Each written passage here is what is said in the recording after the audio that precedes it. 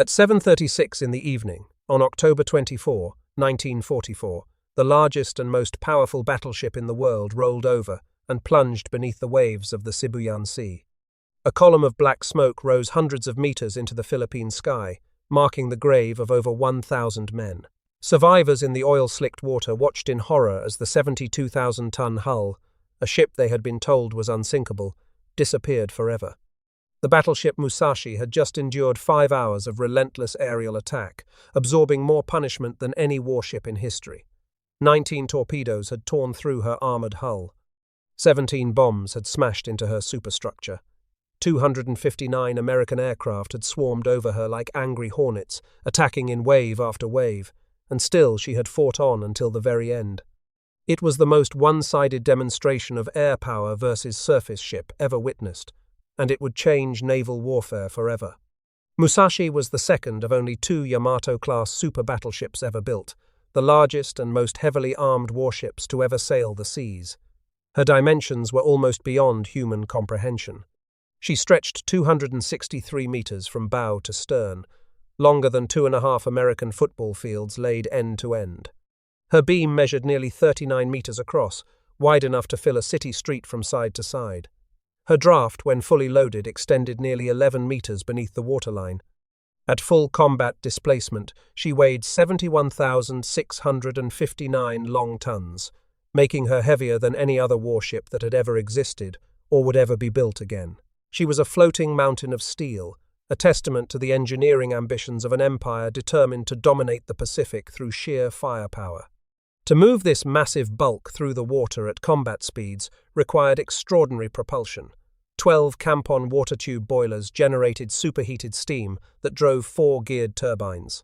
Together, these engines produced 150,000 shaft horsepower at design output. But during sea trials, Musashi had actually exceeded 167,000 horsepower. This power pushed her to speeds of over 27 knots, remarkably fast for such an enormous vessel. Her fuel bunkers carried 6,300 long tons of oil, giving her a cruising range of 7,200 nautical miles at 16 knots. She could sail from Japan to Hawaii and back without refueling. But it was her armament that truly set Musashi apart from every other warship afloat. She carried 9 Type 94 naval guns in 3 triple turrets, 2 forward in a super-firing arrangement, and 1 aft. These were not ordinary weapons. At 460 millimeters, or 18.1 inches in caliber, they remain the largest naval guns ever mounted on any warship in history. No nation before or since has built anything comparable. Each individual gun barrel weighed 147 metric tons. Each complete turret mount, including the guns, armor, and rotating machinery, weighed nearly 2,800 metric tons, roughly the displacement of a small destroyer. The shells these monsters fired weighed 1,460 kilograms, over 3,200 pounds, and could travel 42 kilometers to their target at maximum elevation. When fired, the muzzle blast was so powerful that crewmen could not stand on deck within range of the guns without risking injury. The Japanese officially designated these weapons as 40-centimeter guns, roughly 15.7 inches, a deliberate deception designed to hide their true size from foreign intelligence services. The ruse worked remarkably well. American and British naval intelligence believed throughout most of the war that Yamato and Musashi carried 16-inch guns, similar to their own battleships. They had no idea they were facing weapons nearly 3 inches larger in caliber, firing shells almost twice as heavy, with corresponding advantages in range and penetrating power. The truth was not fully confirmed until after Japan's surrender. The armor protecting Musashi was equally impressive, and represented the heaviest protection ever fitted to any warship. Her main belt measured 410 millimeters thick, over 16 inches of hardened steel, angled outward 20 degrees to help deflect incoming shells. The faces of her main gun turrets were protected by an extraordinary 650 millimeters of armor, over 2 feet of hardened steel designed to resist direct hits from the largest enemy guns. Her armored deck ranged from 200 to 230 millimeters thick. The conning tower was wrapped in 500 millimeters of armor. Deep within her hull, 1,147 watertight compartments were designed to contain flooding and maintain buoyancy even after catastrophic damage. Japanese naval architects had studied the weaknesses of previous battleships and believed they had created an impregnable fortress of steel, a ship that simply could not be sunk by any conceivable enemy attack. The construction of Musashi was one of the most closely guarded secrets in Japanese history, shrouded in deception and paranoia that bordered on the obsessive. She was built at the Mitsubishi Heavy Industries shipyard in Nagasaki, a private facility unlike the government-owned Kure Naval Arsenal where her sister Yamato was constructed. Her keel was laid down on March 29, 1938, and from that very first day extraordinary measures were taken to hide her existence from the outside world. A massive curtain of Wajiro palm fiber rope was draped from the gantry crane over the construction site, creating an enormous screen that blocked any view of the growing hull. This single measure required 408 metric tons of rope, stretching a combined 2,710 kilometers in length. The demand was so great that it caused a temporary nationwide shortage of rope across Japan. Fishermen in distant ports complained they could not obtain supplies for their nets, because all available material had been requisitioned by the Navy for some mysterious purpose in Nagasaki. Long walls were erected around the entire shipyard perimeter. Palm trees and other vegetation were planted as additional visual barriers. The windows of nearby houses and buildings that might offer any view of the construction were planked over with wood. Passing ships were required to close their portholes when transiting near the shipyard. Construction workers underwent rigorous background investigations and were required to sign strict secrecy oaths. Many were not even told exactly what they were building. Security personnel monitored conversations and correspondence. Workers who violated secrecy protocols simply disappeared from the project. When Musashi was launched on November 1, 1940, the paranoia reached its peak. A citywide air raid drill was staged throughout Nagasaki to force all residents indoors, keeping the streets empty during the critical moment. Approximately 1,800 police officers, military police from the Kempeitai, and naval security personnel patrolled the streets to ensure no one witnessed the event. The launch ceremony itself was attended only by a handful of the highest-ranking naval officials. Immediately after the hull slid into the water, a passenger liner called Kasuga Maru was towed alongside to completely block any view of Musashi's silhouette. A dedicated transport vessel was even constructed specifically to carry the massive 18.1-inch gun barrels from Kure, where they were manufactured, to Nagasaki for installation, all to avoid revealing their true size during transit. The secrecy was remarkably effective and fooled foreign intelligence services for years. American naval intelligence did not learn the names Yamato and Musashi until late 1942, well after both ships had been commissioned. They dramatically underestimated the ship's dimensions, guessing the beam at 110 feet when the true figure was 127 feet. They estimated displacement at anywhere from 40,000 to 57,000 tons, when the actual figure exceeded 71,000 tons. As late as September 1944, just 1 month before Musashi's destruction, the authoritative international reference known as Jane's fighting ships still listed her displacement at only 45,000 tons, underestimating her size by more than 50%. The true dimensions and capabilities of these super battleships were not fully confirmed until Allied investigators examined Japanese records after the war ended. Musashi was finally commissioned on August 5, 1942, entering service approximately 3 months behind her sister ship Yamato. Unlike older Japanese battleships, such as Mutsu, school children had not contributed their pocket money to help build her. But she nonetheless represented the absolute pinnacle of Japanese naval engineering and national ambition. Together, Musashi and Yamato embodied Japan's fundamental strategic belief that quality could overcome quantity. Japanese planners knew they could never match America's industrial capacity. They believed that a small number of overwhelmingly powerful battleships, wielding the largest guns in existence, could defeat a numerically superior fleet in a single decisive engagement that would turn the tide of the Pacific War.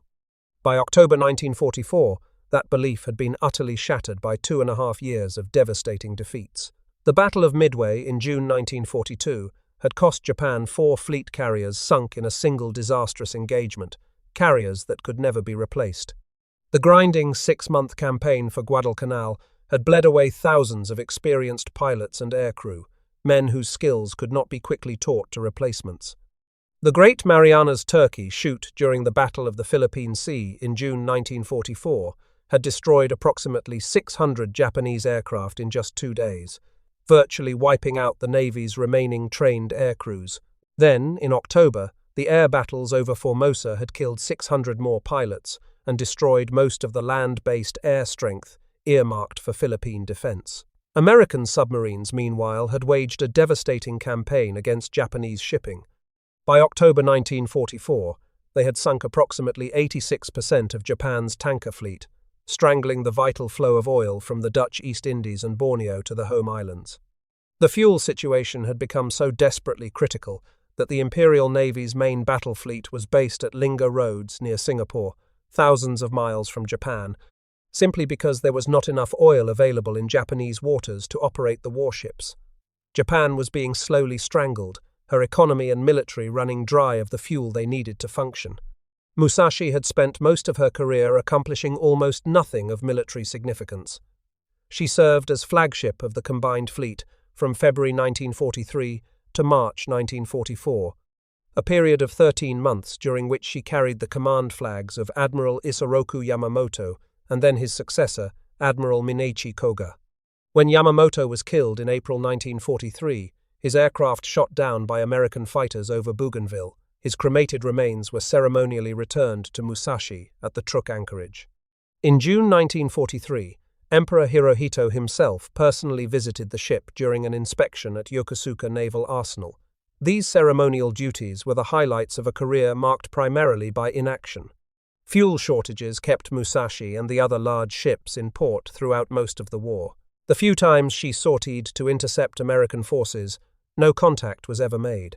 After the Battle of Attu in May 1943, she sailed north with the fleet, but returned without sighting the enemy. In October 1943, she led a major fleet sortie with 3 carriers and 6 battleships to intercept an expected American raid on Wake Island. Again, no contact was made.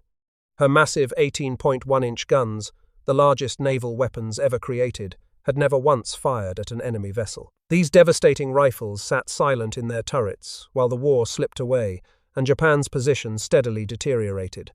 On March 29, 1944, the American submarine Tunny caught Musashi near Palau and put a torpedo into her port bow. The explosion blew a hole nearly 6 meters in diameter, flooded 3,000 tons of water into the forward compartments, and killed 7 crewmen while wounding 11 others. Musashi limped back to Kure for repairs that took several weeks. While in dry dock, she also received a major refit that dramatically increased her anti-aircraft armament. Her designers had finally recognized that the greatest threat came from above, not from enemy battleships. By the time she emerged from the yard, she bristled with 130 25mm anti-aircraft guns in addition to her main and secondary batteries. It would not be nearly enough. In mid-October 1944, American forces under General Douglas MacArthur began landing at Leyte Gulf in the central Philippines. MacArthur had famously promised to return when he was forced to evacuate Corregidor in 1942, and now he was making good on that pledge with the largest amphibious operation the Pacific Theater had yet seen. This was the moment the Japanese Navy had been waiting for, the opportunity to engage in the decisive battle that might somehow turn the war around. The Philippines were absolutely vital to Japan. If they fell, the shipping lanes between the home islands and the oil fields of Southeast Asia would be completely severed. Without that oil, the fleet could not operate. Without the fleet, the war was lost. Everything had to be risked to stop the American invasion. On October 18, Admiral Soemu Toyoda, Commander-in-Chief of the combined fleet, activated Operation Show 1, the most complex and desperate naval operation Japan would ever attempt. The plan called for a 3-pronged assault on the American invasion forces. Vice Admiral Takeo Kurita would lead the powerful center force through the Sibuyan Sea and San Bernardino Strait, descending on the American transport ships at dawn on October 25. Vice Admiral Shoji Nishimura would lead a smaller southern force through Surigao Strait from the south, creating a pincer movement. And Vice Admiral Jisaburo Ozawa's northern force, consisting of carriers that were little more than empty shells carrying fewer than 100 poorly trained pilots, would serve as bait to lure the American fast carrier task forces away from the real threat. It was essentially a suicide mission. Toyoda himself understood this and stated it plainly in post-war testimony. "Should we lose in the Philippines operations," he explained, "even though the fleet should be left, the shipping lane to the south would be completely cut off so that the fleet, if it should come back to Japanese waters, could not obtain its fuel supply. There would be no sense in saving the fleet at the expense of the loss of the Philippines. The ships would fight and probably die, but there was no alternative."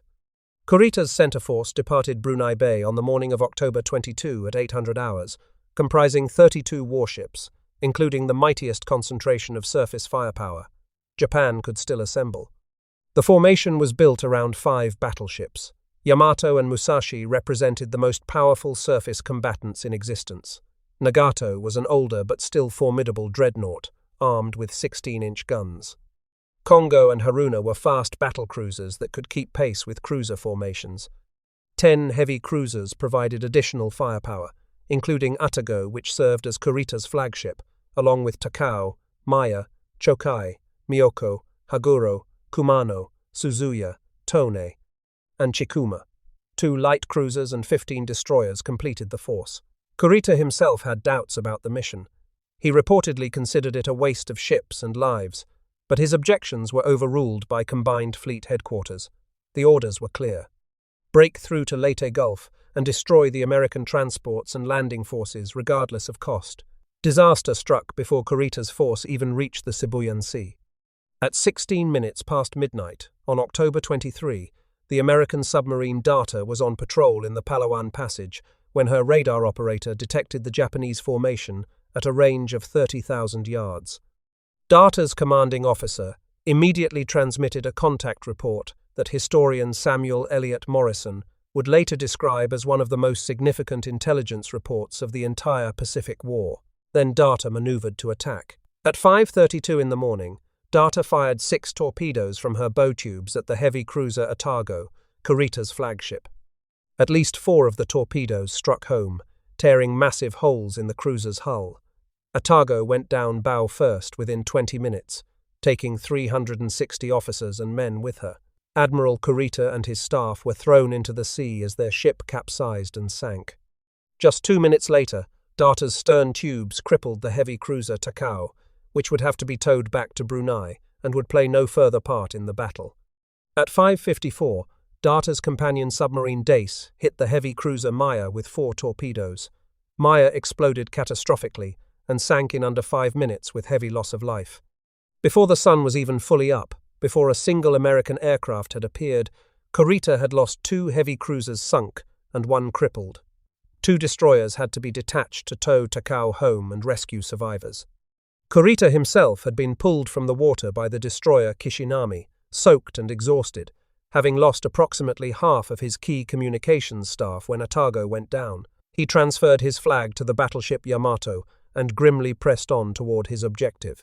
Kurita's battered force entered the Sibuyan Sea on the morning of October 24. At 8:12, an American Helldiver scout plane from the carrier Intrepid spotted the Japanese formation and radioed the contact report. 13 destroyers, 4 battleships, 8 heavy cruisers. The pilot had undercounted the battleships, but he had found the enemy. Admiral William Halsey, commanding the American Third Fleet, received the contact report at 8:22 and immediately ordered his carriers to prepare strikes. Within 15 minutes, aircraft were being spotted on flight decks aboard Intrepid, Cabot, Essex, Lexington, Enterprise, Franklin, and San Jacinto. The most powerful carrier strike force in history was about to be unleashed. The first wave of American aircraft arrived over Kurita's fleet at approximately 10:25 that morning. 45 planes from Intrepid and the light carrier Cabot swept in from the east. The strike consisted of 21 F-6F Hellcat fighters, 12 SB-2C Helldiver dive bombers, and 12 TBM Avenger torpedo bombers. Commander William Ellis led the attack group.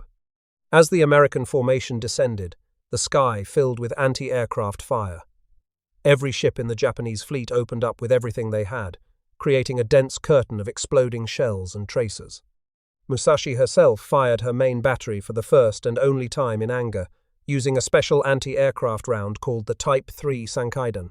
This was an incendiary shell designed to detonate at a preset altitude and spray burning fragments into the path of attacking aircraft. Each round weighed 1,360 kilograms and created an enormous explosion in the sky. The psychological effect on American pilots was considerable, but the tactical results were almost completely ineffective. The Type 3 rounds were designed for area defense against level bombers, not against the swooping dives and low torpedo runs the Americans were executing. A 500-pound bomb struck the roof of Musashi's No. 1 turret but failed to penetrate the incredible thickness of the armor. Then a torpedo from one of the Avengers slammed into Musashi's starboard side amidships near boiler room No. 11. The explosion blew a hole in the hull and sent a shudder through the entire ship. 3,000 tons of seawater flooded into the damaged compartments. Musashi heeled over to a 5.5-degree starboard list as the weight of water upset her stability. Damage control teams responded immediately and professionally. Counter-flooding valves were opened to admit seawater into port-side compartments, balancing the weight and reducing the list to just 1 degree. Speed remained at 24 knots. The ship remained fully operational. But the concussion from the torpedo hit had jammed Musashi's main battery fire control director on its ball race, making accurate long-range gunfire increasingly difficult. 2 American Avengers were shot down during this attack, their crews killed by the intense anti-aircraft fire. The second wave struck at approximately 12:03, again launched primarily by Intrepid's air group. This attack proved far more devastating. 3 torpedoes struck Musashi on her port side in rapid succession. One hit near turret No. 1, flooding forward compartments. Another struck a hydraulic machinery room, forcing the main turrets to switch to slower auxiliary power pumps. A third flooded an engine room, causing power to be lost to the port inboard propeller shaft. Speed dropped to 22 knots as one of her 4 screws stopped turning. 2 bombs also struck during this wave. One failed to detonate on impact.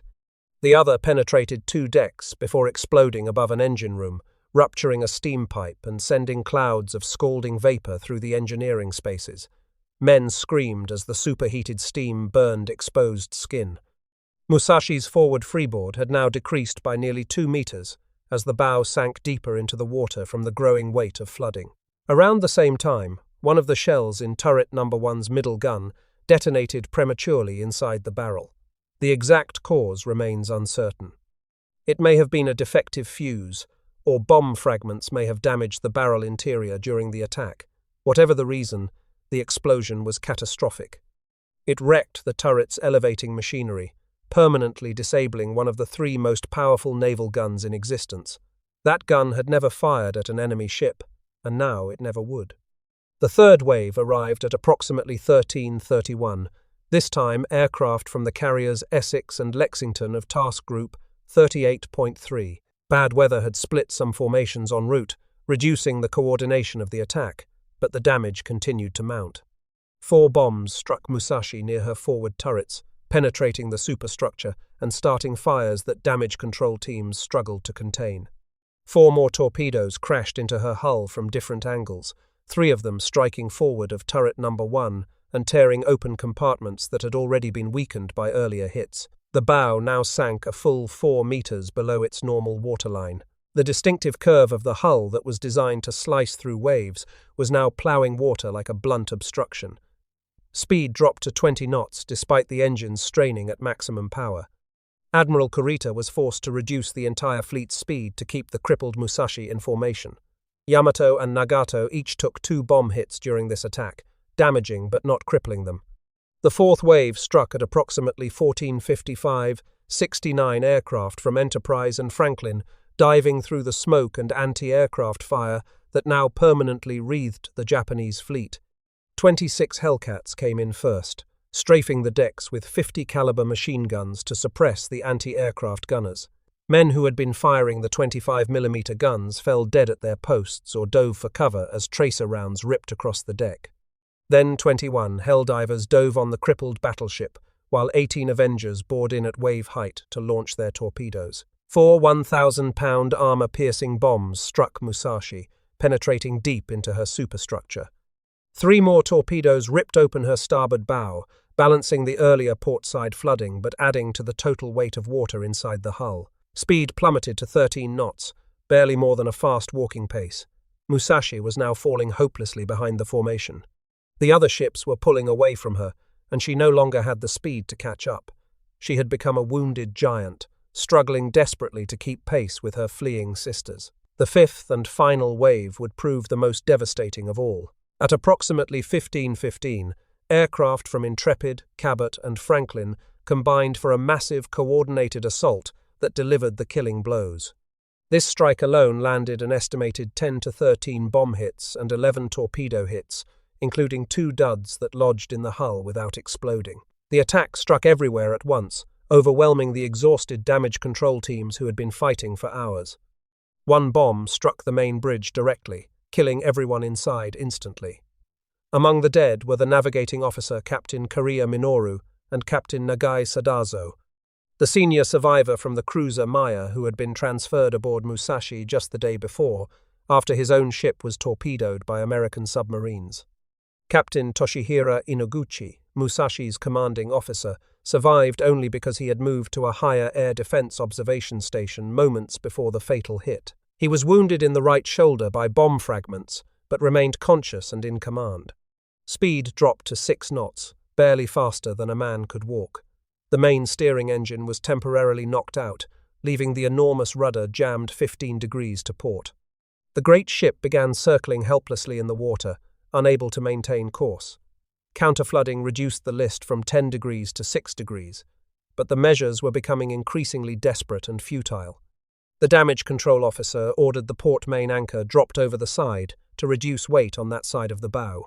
Rice, consumable stores, and timber were carried across the tilting deck and stacked on the starboard side. All available hands and wounded personnel were ordered topside and assembled on the starboard side of the deck, using their body weight as makeshift ballast.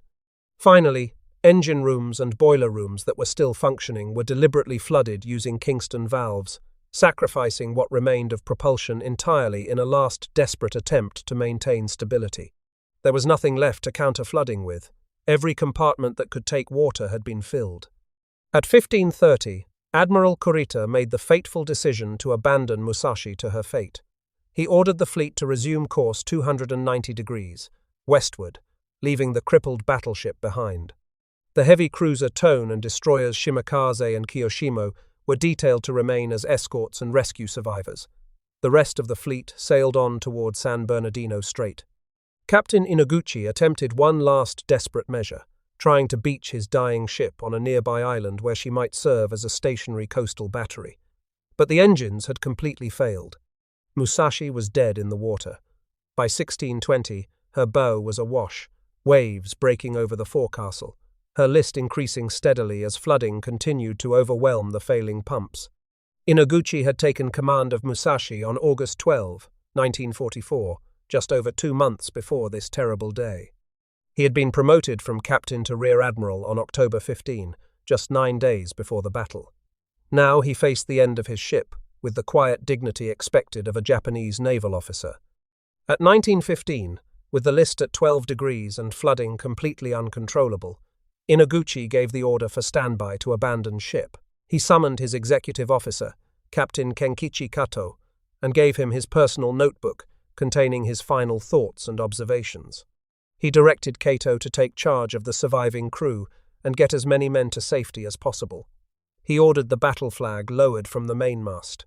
He had the sacred portrait of Emperor Hirohito carefully removed from the ship and placed in a rescue boat. Then Toshihira Inoguchi retired to his sea cabin, closed the door behind him, and was never seen again.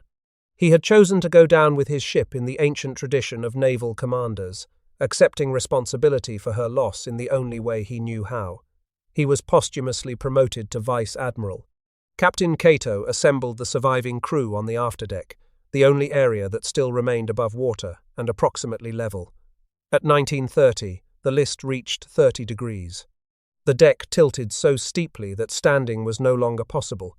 Men who tried to walk slid helplessly across steel plates, slick with oil, blood, and seawater. Equipment and debris broke free from its lashings and tumbled down the slope, crushing men in its path. Ventilators, railings, gun mounts, anything not welded to the structure became deadly projectiles rolling across the deck. Kato gave the formal order to abandon ship. As he shouted for every man to save himself, panic began spreading through the exhausted and terrified survivors. Some men jumped from the rising stern only to strike the enormous propellers, blades nearly 6 meters in diameter, before reaching the water. Others were sucked into the gaping torpedo holes that scarred the hull, dragged underwater by the flooding compartments. Many simply could not swim in the oil-fouled water that spread around the dying ship. At 1936, Musashi finally capsized to port and plunged bow first beneath the waves of the Sibuyan Sea. As the stern rose vertically into the air for one terrible moment, the aft main gun turret broke free from its barbette and tumbled into the depths. Then 2 underwater explosions rumbled through the water, the forward magazines detonating as the hull descended through the crushing pressure. The greatest battleship ever sunk by aircraft was gone. Of the 2,399 men aboard Musashi when the attacks began that morning, 1,023 were killed or missing. More than 100 men from Maya's crew, who had been rescued from the sea only the day before and transferred to Musashi, also perished. They had survived one sinking only to die in another just 24 hours later. The destroyers Kiyoshimo, Hamikaze, and Isokaze worked through the night pulling survivors from the water. Approximately 1,376 Musashi crewmen were eventually rescued, many suffering from burns, broken bones, shock, and the effects of inhaling oil-contaminated water. Among the confirmed dead were Rear Admiral Inoguchi, Captain Kariya, Captain Nagai, Lieutenant Commander Hirose Aisuke, the air defense officer, and Captain Koshino Kimitake, the gunnery officer who reportedly refused rescue and went down with the ship. Executive Officer Kato survived and later organized the survivors into what became known as the Kato Regiment. He would later write that he was somehow pleased that almost no damage was sustained by other vessels in the fleet during the battle. He felt that as the main target, Musashi had managed to save the rest. The survivors faced further tragedy in the weeks and months that followed. They were initially taken to Corregidor Island in Manila Bay. About 200 men were evacuated home aboard the carrier Junyo and some aboard Yamato herself. But on November 25, 1944, approximately 420 survivors were loaded aboard the transport ship Manju Maru for evacuation. That ship was torpedoed and sunk by the American submarine Atule, and roughly 50 more Musashi crewmen perished. Survivors who finally reached Japan were initially confined to a small island in the Seto Inland Sea, isolated from the public to prevent word of the disaster from spreading. Some were later reassigned to sister ship Yamato, which meant they would face an almost identical fate when that vessel was sunk in April 1945. Only about 430 members of Musashi's original crew ultimately survived the war and returned to their homes. American losses in the Battle of the Sibuyan Sea totaled 18 aircraft, shot down by anti-aircraft fire. 12 aircrew were killed, consisting of 4 pilots and 8 crewmen. No American planes were lost to Japanese fighters because virtually none appeared to defend the fleet. Only 4 Japanese fighters briefly appeared over Kurita's formation throughout the entire day, and they were quickly dispatched by American Hellcats. The exchange ratio, 18 planes for the largest battleship in the world, demonstrated with brutal clarity the devastating effectiveness of carrier aviation against even the most powerful surface ships. The sinking of Musashi had immediate and dramatic consequences for the larger Battle of Leyte Gulf. Admiral Halsey, receiving inflated damage reports from returning pilots who naturally overestimated the results of their attacks, concluded that Kurita's center force had been effectively neutralized. He radioed Admiral Thomas Kincaid, commanding the 7th Fleet, stating that the enemy central force had been heavily damaged, according to strike reports, and he was proceeding north with 3 groups to attack the Japanese carrier forces at dawn. What Halsey failed to recognize was that the concentration of American attacks on Musashi had actually left the rest of Kurita's fleet largely undamaged. The pilots in successive waves had believed they were hitting different ships, when in reality almost all effective damage was being concentrated on the crippled Musashi. Yamato and Nagato had each absorbed only 2 bomb hits. The 4 surviving battleships remained fully combat-capable. 6 heavy cruisers remained operational. Halsey took all available carrier groups and his fast battleships and steamed north at high speed to pursue Vice Admiral Ozawa's decoy carrier force. He left San Bernardino Strait completely unguarded. Not so much as a picket destroyer remained to watch the exit. This was exactly what the Japanese plan had intended. Ozawa's sacrificial decoy had done its job perfectly. But it created a near catastrophe the following morning when Kurita's 4 battleships and 6 heavy cruisers emerged from San Bernardino Strait at dawn on October 25 to find only 6 tiny escort carriers, 3 destroyers, and 4 destroyer escorts standing between them and the vulnerable American transports at Leyte. The Battle off Samar that followed would become one of the most heroic naval actions in American history, as the outmatched escort ships attacked the Japanese battleships with desperate courage, suffering terrible losses, but ultimately convincing Kurita to withdraw before he reached the landing beaches. Destroyers like Johnston, Howell, and Samuel B. Roberts charged the Japanese battle line, firing torpedoes and 5-inch guns against 18-inch turrets. They bought time for the escort carriers to escape and for reinforcements to arrive. The battle could have gone very differently if Halsey had left even a portion of his force behind to guard the strait. The concentration of attacks on Musashi had inadvertently contributed to the near disaster.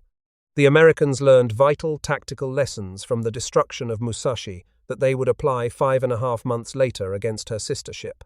When Yamato sortied on her final one-way mission toward Okinawa in April 1945, American pilots deliberately concentrated their torpedo attacks on the port side rather than distributing hits evenly around the hull. They had analyzed the sinking of Musashi and realized that even damage distribution allowed damage control teams to counter flooding effectively and maintain stability for extended periods. Asymmetric hits would cause a fatal, uncorrectable list that no amount of counterflooding could compensate. The results proved the wisdom of this new tactical approach with devastating effectiveness. Yamato went from fully combat-capable to capsized and sinking in under 2 hours, compared to Musashi's drawn-out 5-hour ordeal. She absorbed at least 11 torpedoes and 6 bombs, actually fewer total hits than her sister ship, but the deliberately concentrated damage overwhelmed her stability far more quickly than the distributed hits against Musashi had done. The survival rates told the full story. 57% of Musashi's crew survived compared to only about 8% of Yamato's, roughly 270 men from a crew of over 3,300. Yamato's catastrophic magazine explosion, visible from 200 kilometers away, trapped most of her crew below decks with no chance of escape. Together, the destruction of Musashi and Yamato proved definitively that aircraft carriers had superseded battleships as the capital ships of naval warfare. Neither of these mighty vessels, the largest and most powerful ever built, had fought the decisive surface gun engagement that justified their existence. Both were destroyed by aircraft launched from ships they never saw, much less engaged. Both died without ever firing their main batteries at an enemy vessel in a surface action. Commander Mitsuo Fuchida, who had led the attack on Pearl Harbor, later reflected that the steel and labor that built Yamato and Musashi would have been far better invested in aircraft carriers. He was right. For over 70 years, Musashi lay undiscovered at the bottom of the Sibuyan Sea. Then on March 2, 2015, Microsoft co-founder Paul Allen announced that his team had found the wreck. The discovery was made using Allen's 126-meter yacht Octopus, with the search led by Robert Kraft of Vulcan Incorporated and assisted by renowned shipwreck hunter David Mearns of Blue Water Recoveries.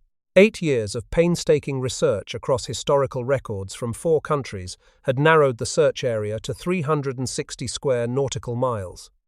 A bluefin autonomous underwater vehicle similar to the type used in the Malaysia Airlines Flight 370 search located the target in just 3 dives. The wreck is not intact. Musashi suffered at least 1 magazine explosion during her descent to the seafloor, breaking her hull into major sections.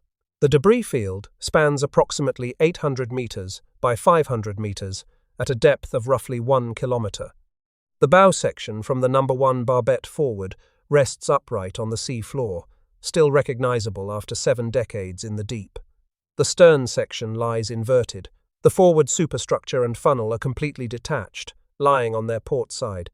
Kazushige Todaka, director of the Kure Maritime Museum in Japan, examined footage from the remotely operated vehicle and confirmed identification as 100% positive.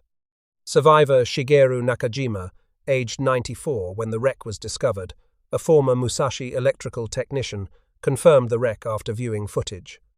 "The captain and our fallen comrades," he said, "must be delighted in heaven. Allen's team pledged to treat the wreck respectfully and in accordance with Japanese traditions. Paul Allen, whose own father had served in the United States Army during the war, called Musashi truly an engineering marvel and said he was honored to play a part in finding this key vessel in naval history. Allen passed away on October 15, 2018. A monument to the battleship Musashi stands today in the precincts of Hikawa Shrine in Saitama Prefecture, Japan. 6 Shinto priests from this shrine had officiated at Musashi's commissioning ceremony on August 5, 1942, and a branch shrine was consecrated within the ship herself. The Kure Maritime Museum, also known as the Yamato Museum, opened on April 23, 2005, on the site where Yamato was built. The museum houses extensive exhibits on both Yamato-class super battleships, including a famous 1/10 scale model of Yamato stretching over 26 meters in length. Visitors can also see actual 460mm shell casings and sections of armor plate recovered from various locations. The wreck site itself is treated as a sacred resting place by the Japanese government, reflecting the deeply held belief that the spirits of the fallen deserve to rest undisturbed in the depths where they gave their lives for their country. Musashi did not die in the glorious, decisive fleet battle her designers envisioned. She never faced enemy battleships in a thundering exchange of salvos across miles of open sea. She never fired her massive guns at a surface target. This legendary warship, the product of extraordinary national investment and engineering genius, was destroyed by aircraft from ships her crew could not even see. There was no traditional naval glory in her end, no dramatic duel between steel titans, just the systematic dismantling of an obsolete weapons platform by the very technology that had made it obsolete. 1,023 sailors perished beneath the waves of the Sibuyan Sea, not in the decisive battle they had trained for, but in a one-sided aerial assault they could not stop. They were fathers and sons and brothers and husbands. They were ready to fight and sacrifice for their nation, and they did exactly that, manning their guns and fighting fires and shoring up flooded compartments until the water rose too high to continue. Captain Inoguchi chose to go down with his ship rather than survive her loss. His sacrifice, and theirs, deserves to be remembered regardless of the cause they served. The story of Musashi reminds us that technological supremacy is always fleeting. The weapons designed for one war often prove useless in the next. Japan invested the equivalent of hundreds of millions of dollars and years of skilled labor into creating battleships designed to win surface engagements that never happened. Meanwhile, they tragically neglected the carriers and aircraft that actually determined victory and defeat in the Pacific War. It is a lesson about the danger of preparing for the last conflict rather than the next, about the seductive appeal of impressive hardware over practical capability, about how quickly revolutionary technologies can sweep away the certainties of a previous era. Today, beneath the warm waters of the Sibuyan Sea, 1,000 meters below the surface, the broken hull of what was once the world's most powerful warship rests forever with the men who served her to the end. Fish swim through compartments that once echoed with the sounds of machinery and human voices. Coral grows on armor plate, designed to withstand the largest shells ever fired. The great guns point silently into the darkness, their thunderous potential forever stilled. It is a memorial to an era that ended that October afternoon, when the age of the battleship finally and definitively gave way to the age of aircraft at sea.